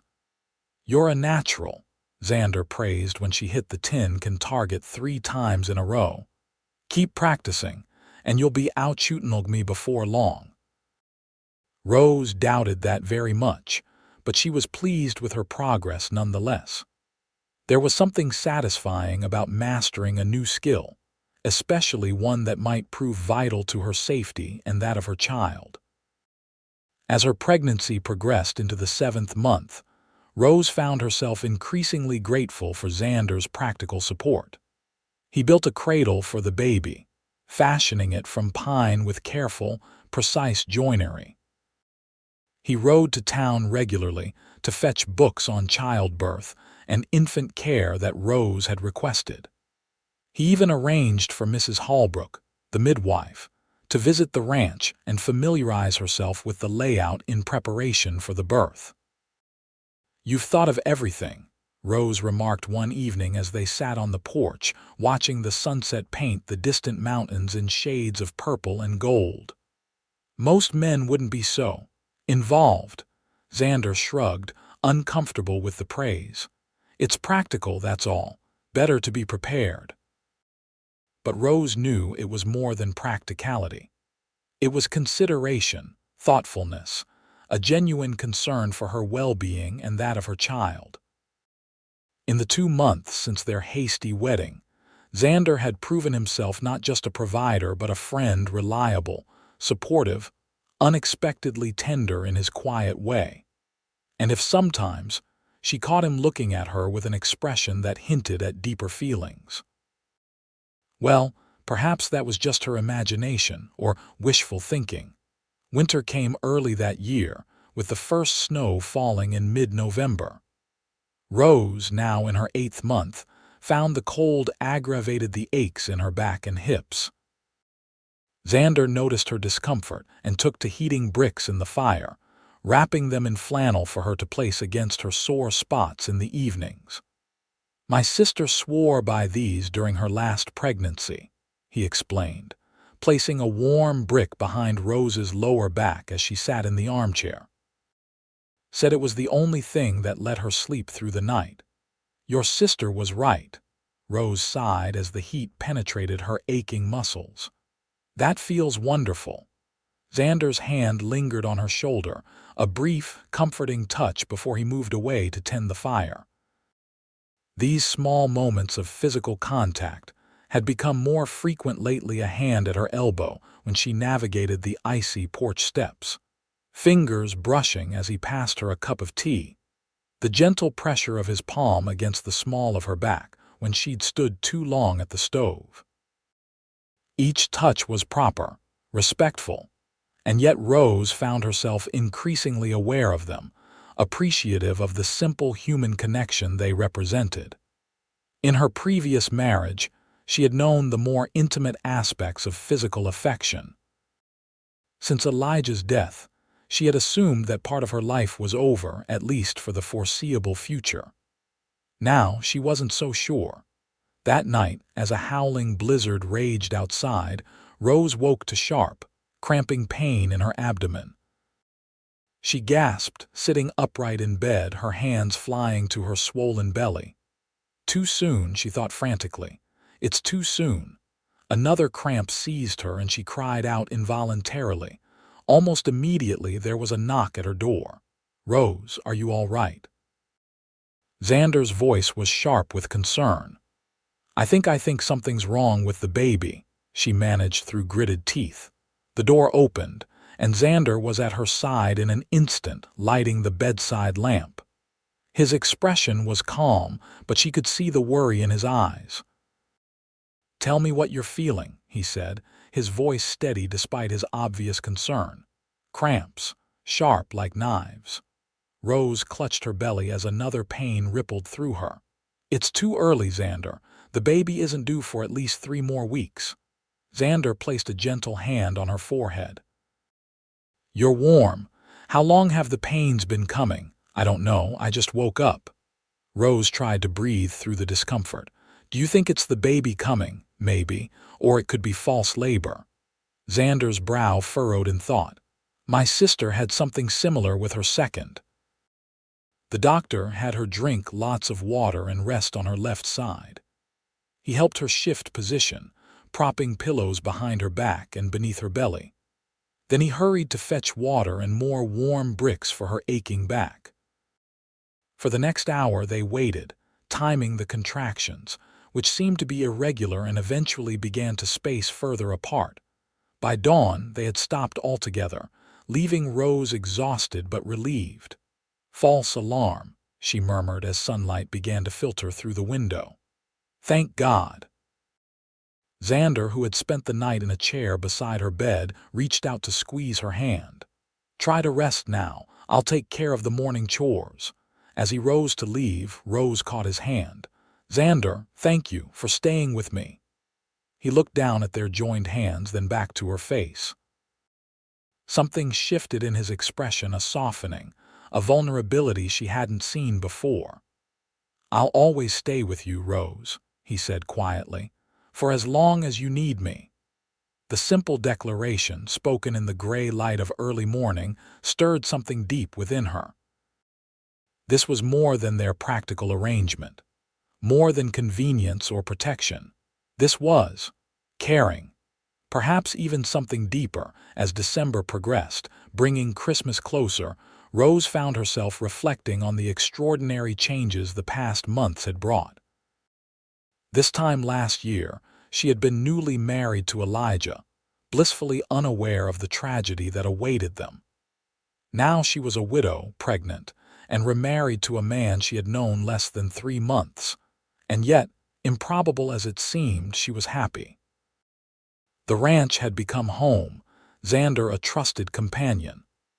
Their marriage of convenience had evolved into a partnership based on mutual respect and genuine affection. They still maintained separate sleeping quarters, still treated each other with careful propriety, but the boundaries between them were softening day by day. One evening, a week before Christmas, Rose sat by the fire working on a gift for Xander, a new shirt made from fine wool she had ordered specially from the mercantile.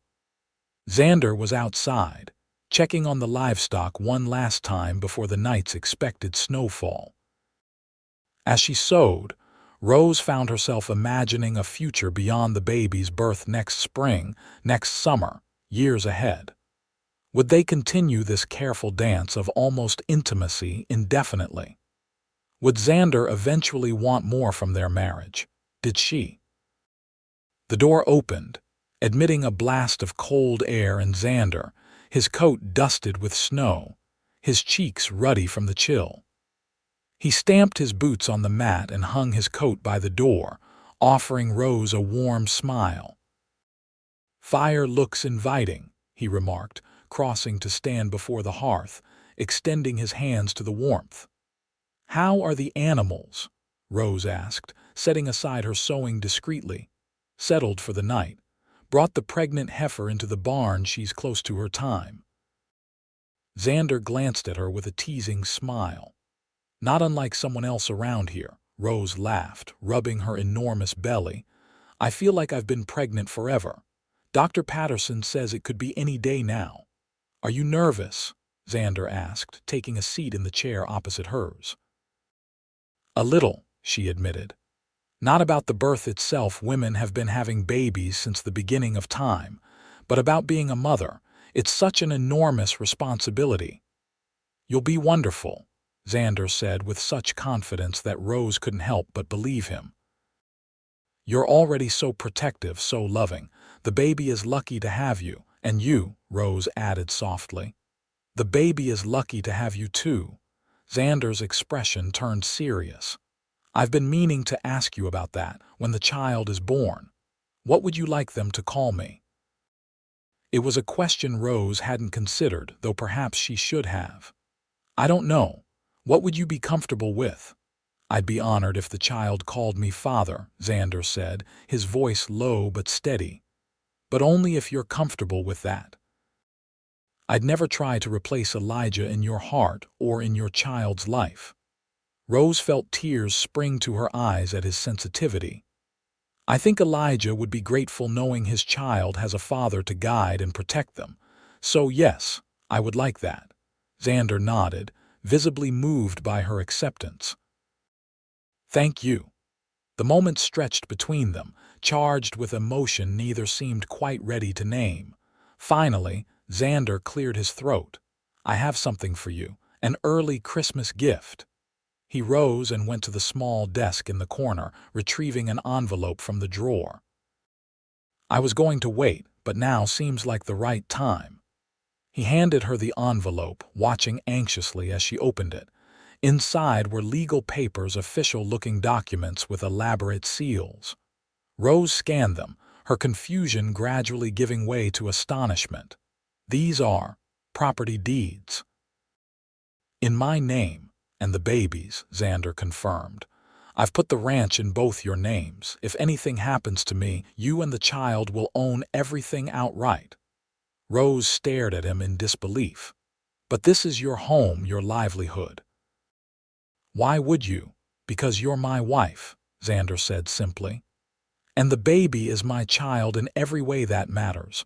I want you both to be secure, no matter what. The magnitude of his gift left Rose speechless. This wasn't just financial security, it was a statement of trust, of commitment, of family. Tears spilled down her cheeks as the full implications sank in. I don't know what to say, she whispered. You don't need to say anything. Xander knelt beside her chair, taking her hands in his. Just know that he broke off, seeming to struggle with his words. Rose waited, her heart hammering in her chest. When I found you on that road, Xander finally continued, I thought I was just doing what any decent man would do, offering help to someone in need. I never expected. I never imagined that you would become so important to me. Important? Rose echoed, scarcely daring to hope what he might mean. Essential, Xander corrected, his voice rough with emotion. These past months, watching you create a home here, seeing your strength and grace in the face of everything you've endured, I find myself wondering how I ever lived without you. He took a deep breath, his gaze holding hers intently. I know our arrangement was meant to be practical, convenient. But Rose, I need to tell you, I've fallen in love with you. The declaration hung in the air between them, honest and vulnerable and absolutely terrifying in its implications. Rose felt as though she couldn't breathe, couldn't think past the thundering of her heart. You don't need to say anything, Xander added hastily, misinterpreting her silence. I don't expect you to feel the same, I just needed you to know. Xander, Rose said, finding her voice at last. Look at me. He raised his eyes to hers, uncertainty written in his features. I loved Elijah, she said carefully. He was a good man and he gave me a precious gift in this child, but what I feel for you, it's different, deeper in some ways, more equal, more. She searched for the right word, passionate. Hope flared in Xander's eyes. Rose, are you saying, I'm saying that I love you too, she interrupted, the words coming more easily now. Not out of gratitude or convenience, but because of who you are. Your integrity, your kindness, your strength.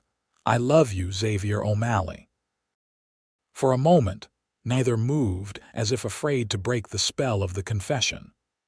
Then Xander reached up, cupping her face in his calloused palm with infinite tenderness.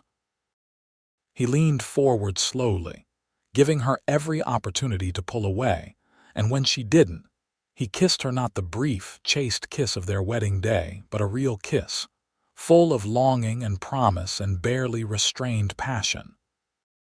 Rose responded eagerly, her hands coming up to frame his face, her heart soaring with the rightness of it.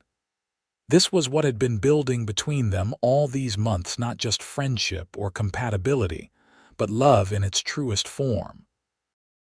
When they finally broke apart, breathless and a little dazed, Xander rested his forehead against hers. "I never expected to find love again," he murmured. "Especially not like this." "Nor I," Rose admitted. "But perhaps that's how love often comes unexpectedly, in the midst of hardship, when we're least looking for it." Xander smiled, pressing another gentle kiss to her lips. "Wise as well as beautiful." Before Rose could respond, she felt a sharp, unmistakable pain in her lower back, radiating around to her abdomen. She gasped, clutching at Xander's shoulders. "Rose, what is it?" Alarm replaced the tenderness in his expression. "The baby," she managed through gritted teeth. "I think it's really coming this time." For the next 12 hours, Rose's world narrowed to the ancient rhythms of labor, pain and rest, her body working to bring new life into the world. Outside, a winter storm raged, making it impossible for the midwife to reach them. Xander sent the ranch hand Henry had loaned them to fetch Dr. Patterson, but the snow was coming down too hard for travel. They were on their own. Xander proved remarkably capable, having assisted at the births of countless calves and, more importantly, having been present when his sister delivered her youngest child. He heated water, prepared clean linens, supported Rose through each contraction with steady hands and encouraging words. "You're doing wonderfully," he murmured as she paced the bedroom, trying to ease the relentless pressure in her back. "Each pain brings the baby closer." "It hurts," Rose gasped, leaning heavily against him as another contraction seized her. "More than I expected." "I know. But you're strong, Rose, stronger than anyone I've ever known." His unwavering confidence gave her courage. When the time came to push, Rose found reserves of strength she hadn't known she possessed. With Xander supporting her back, whispering encouragement in her ear, she worked to bring her child into the world. And finally, as the storm outside began to abate, a new cry joined the howling of the wind, the lusty, indignant wail of a newborn taking his first breath. "A boy," Xander announced, his voice thick with emotion as he placed the squirming infant on Rose's chest. "A perfect, beautiful boy."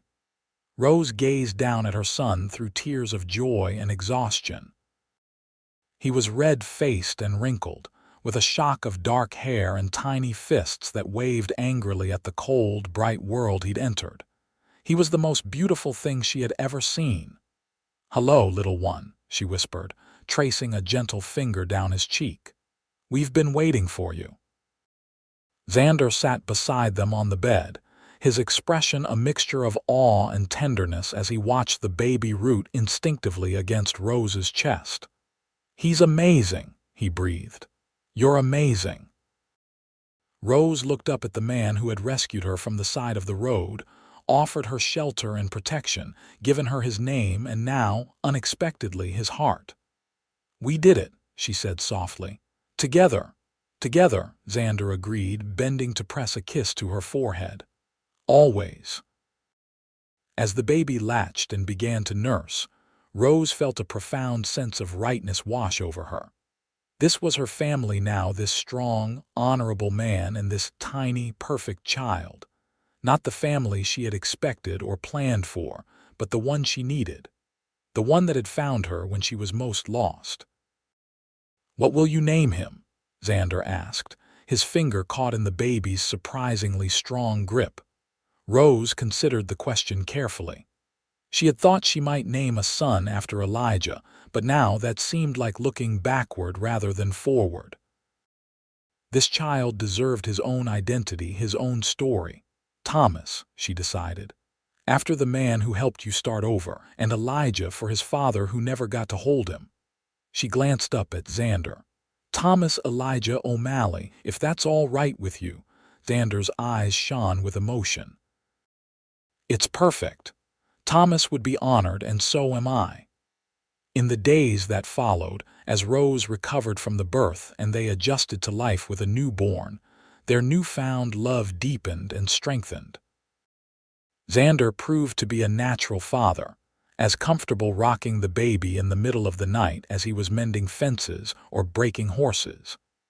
He insisted Rose rest as much as possible, taking on many of the household duties himself, while she focused on nursing and bonding with little Thomas.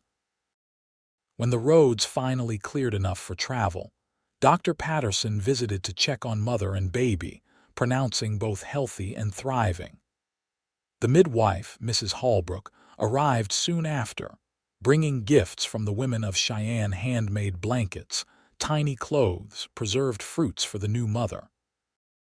"You've caused quite a stir in town," Mrs. Holbrook informed them with a twinkle in her eye.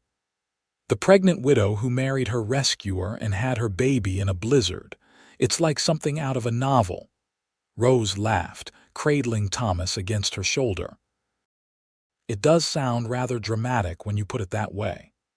"Well, folks are happy for you," the older woman continued, "especially after what those Harrington brothers did. Speaking of which, did you hear the news?" "What news?" Xander asked, setting a cup of tea before their guest. "Vernon Harrington was arrested last week, caught trying to sell off timber rights to land that wasn't legally his." Mrs. Holbrook sipped her tea with obvious satisfaction.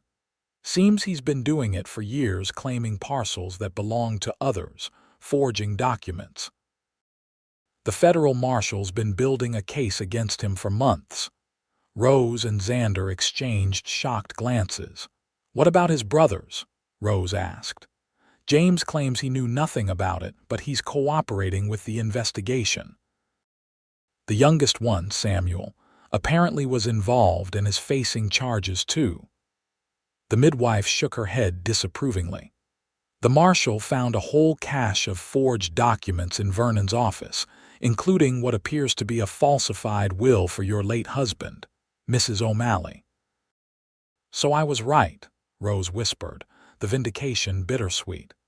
"Elijah did intend to leave everything to me and the baby." "Appears so," Mrs. Holbrook confirmed. "The marshal said once the investigation is complete, you might be able to reclaim the homestead if you want it."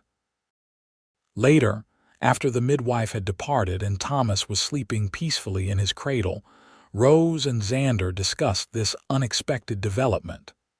"We could move to the Harrington homestead," Rose said thoughtfully.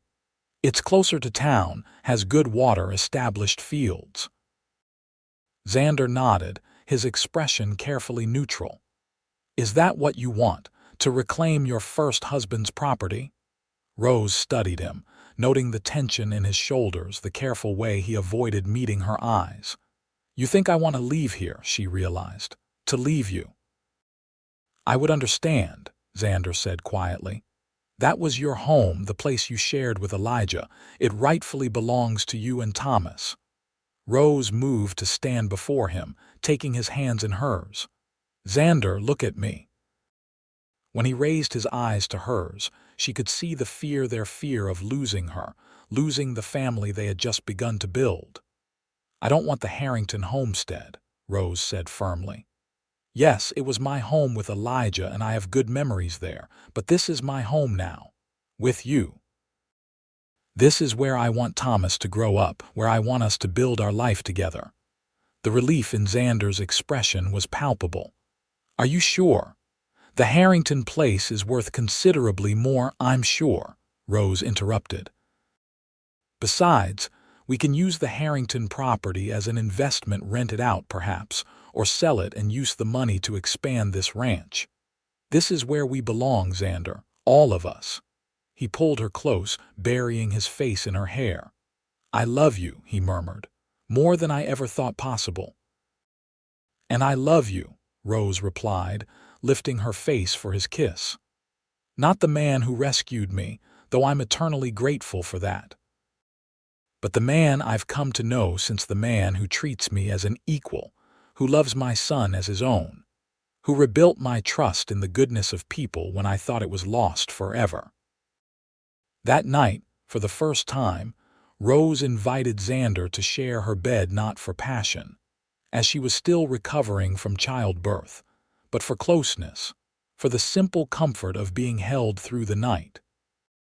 As they lay together, Thomas sleeping peacefully in his cradle beside them, Xander's strong arm wrapped protectively around her waist, Rose reflected on the strange, winding path that had led her here. If the Harrington brothers hadn't thrown her off the homestead, if Xander hadn't happened to be traveling that road at that precise time, if he hadn't been the kind of man who would stop to help a stranger in need, how different her life might have been. "What are you thinking?" Xander asked softly, his breath warm against her neck. "I'm thinking about chance," Rose replied, nestling back against him. "About how the worst day of my life led me to the best decision I ever made. Coming with me that night, trusting you, opening my heart again when I thought it was permanently closed." She turned in his arms to face him, tracing the line of his jaw with gentle fingers. "Sometimes the hardest roads lead us exactly where we need to go." "And where is that?" Xander asked, catching her hand and pressing a kiss to her palm. "Home," Rose said simply. "To where we belong." 5 years later, the summer sun beat down on the prosperous ranch that locals now called the Double O O'Malley land, worked by O'Malley hands. What had once been a modest operation with 60 head of cattle had grown into one of the most successful ranches in the territory, with over 500 cattle, several prize bulls, and a reputation for fair dealing that brought buyers from as far away as Chicago. Rose stood on the porch, shading her eyes against the bright afternoon light as she watched the approaching riders. Even at a distance, she could recognize her husband's broad-shouldered silhouette, and beside him, the smaller figure of their oldest son, Thomas, proudly astride his own pony. At 5 years old, Thomas was the image of his biological father, dark-haired, serious, with a thoughtful manner that reminded Rose so much of Elijah. But in his confidence, his quick laugh, his boundless energy, he was pure O'Malley. He worshipped the ground Xander walked on, following him around the ranch, soaking up knowledge like a sponge, declaring to anyone who would listen that he was going to be just like Pa when he grew up. Behind Rose, the screen door creaked open, and 3-year-old Eliza bounded onto the porch. "Is Daddy home?" she demanded, her copper curls so like Xander's when the sun hit them escaping from their ribbon. "Almost, sweetheart. Look, you can see them coming now." Eliza squealed with excitement, jumping up and down. "And Tommy too, can I go meet them? Please, Mama." "Not by yourself," Rose cautioned, taking her daughter's hand. "But we can walk down to the gate together." As they descended the porch steps, Rose adjusted the sleeping infant strapped to her chest in a canvas sling. James Xavier O'Malley, just 8 weeks old, didn't so much as stir, accustomed already to the rhythm of ranch life. The past 5 years had brought more joy than Rose had ever thought possible. After Thomas's birth, she and Xander had embraced their marriage fully, their initial arrangement blossoming into a deep and passionate love. When Eliza was born 2 years later, Xander had wept openly, overcome with emotion at having a biological child while insisting that he felt no difference in his love for Thomas. Now, with baby James completing their family, Rose often marveled at how thoroughly her life had transformed from that desperate day on the road outside Cheyenne. The Harrington homestead had been sold, the proceeds invested in expanding the O'Malley ranch and establishing a trust for Thomas. Vernon Harrington had been convicted of fraud and was serving time in a federal prison. His brothers, though not imprisoned, had lost much of their standing in the community. None of that mattered much to Rose anymore. The past was the past. What mattered was here and now, her husband and children, their home, the life they had built together. Eliza broke free, running toward the approaching riders with childish abandon. "Daddy, Tommy, we've been waiting for you forever." Xander laughed, dismounting in one fluid motion and swinging his daughter high in the air. "Forever, huh? That's a mighty long time, Princess." Thomas slid from his pony with the serious concentration of a child determined to do things right. "We rode all the way to the north pasture, Ma." "Pa let me help count the new calves, did he now?" Rose smiled, reaching out to smooth his wind-blown hair. "And how many did you count?" 42, Thomas announced proudly. "And Pa says they're the finest calves he's ever seen." "High praise indeed," Rose said, accepting Xander's kiss as he came to greet her, Eliza now perched on his shoulders. "How's the little man?" Xander asked, peering at the sleeping baby in the sling. "Perfect. He just ate and went right back to sleep." Rose leaned into her husband's side, fitting against him as naturally as breathing. "How was the ride?" "Productive. The herd looks good, and Thomas here is turning into quite the cowhand." Xander ruffled the boy's hair affectionately. "Spotted a couple of strays I'd missed." "That's because I have eagle eyes," Thomas declared. "That's what Uncle Henry says." "That you do," Xander agreed solemnly. As they walked toward the house together, Thomas leading both horses, Eliza chattering from her perch on Xander's shoulders, baby James beginning to stir against Rose's chest, Rose felt that familiar wave of gratitude wash over her. This life, these people. They were everything she had never dared to hope for. "Penny for your thoughts, Mrs. O'Malley," Xander said softly, his hand warm at the small of her back. Rose smiled up at the man who had found her at her lowest moment and helped her rebuild her life piece by piece. The man who had offered his name out of kindness and then given his heart out of love. The man who had become father to her firstborn and given her 2 more beautiful children. "I was just thinking," she replied, "that sometimes the worst day of your life can lead to the best life you never imagined." Xander's eyes, as blue and clear as the Wyoming sky above them, crinkled at the corners as he smiled down at her. "I thank God every day for bringing you to that road, Rose. And I'll spend the rest of my life making sure you never regret the decision to trust me." "I already know I won't," Rose said with absolute certainty, "because with you is exactly where I belong." As if in agreement, baby James opened his eyes, blinking up at his parents with the unfocused gaze of the newly awakened. Xander reached out, letting the infant grasp his finger in a tiny fist. "Welcome back to the land of the living, little man," he said softly. "Your family's all here, waiting for you." Rose watched her husband and youngest son, her heart so full it felt like it might overflow. From abandoned widow to beloved wife and mother, from homeless and desperate to the mistress of a thriving ranch, the journey had been unexpected, sometimes difficult, but ultimately blessed beyond measure. "I love you," she said simply, the words containing all the gratitude, all the joy, all the wonder she felt. "And I love you," Xander replied, the words a promise, a certainty, a foundation as solid as the land beneath their feet, now and always.